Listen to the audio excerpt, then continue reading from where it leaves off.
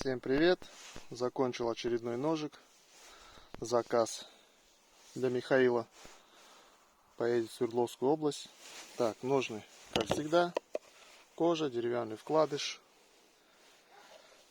Свободный подвес. Так, сам ножик. Сталь Х12МФ на нем. С690 нержавеющая.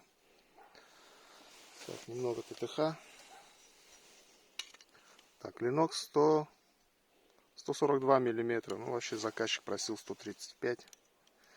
По ширине 28. Толщина 4 миллиметра. Рукоять 132 миллиметра. На рукояти стабилизированный кап. Это заказчик сам присылал. То есть это от него. Посадка на чопики. Чопики дубовые. Сечение яйцо. Так, ножик заточенный. Чуть по дереву.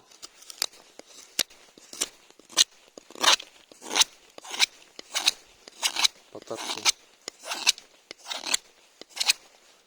Нож не уводит, ничего. Рез ровный, приятный.